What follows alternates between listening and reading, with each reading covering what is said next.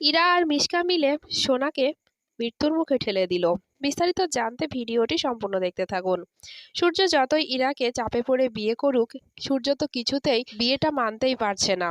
কিন্তু ইরা এই জিনিসটা কিভাবে নেবে সেটাও সূর্য একবারও ভাবছে না। সূর্য শুধু ভাবছে তার কাছে যেমন বিয়েটার মূল্য নেই, ইরাও হয়তো তেমনই।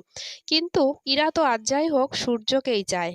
ওদিকে মিশকাও প্রতিশোধের আগুন নিয়ে ফিরে এসেছে, আর প্রথমেই টার্গেট করেছে তার বাচ্চাদেরকে। সোনারূপায় সূর্যের প্রাণ, আর এদেরকে শেষ করলে সোনারূপায় সূর্য এবং দীপা দুজনেই কষ্ট পাবে।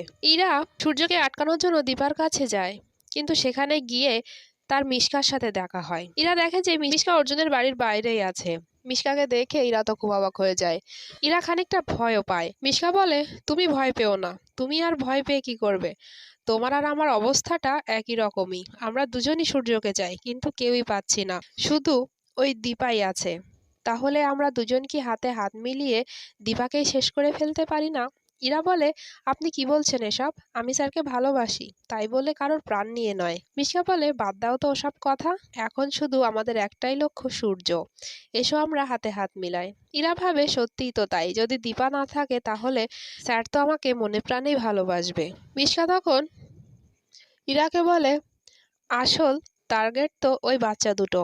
ওই দুটোর জন্যই দীপাকে সূর্য আরো এত ভালোবাসে। ওই দুটোকেই যদি আমরা শেষ করে ফেলি তাহলে কেমন হয়? তো বন্ধুরা, অনুরাগের ছোঁয়া ধারাবাহিক আগামী পর্বতে সত্যি কি ইরা মিশকার সাথে হাত মিলিয়ে দীপা এবং সোনারূপার ক্ষতি করতে চাইবে? আপনাদের কি মনে হয়? কমেন্টে অবশ্যই জানাবেন। ধন্যবাদ।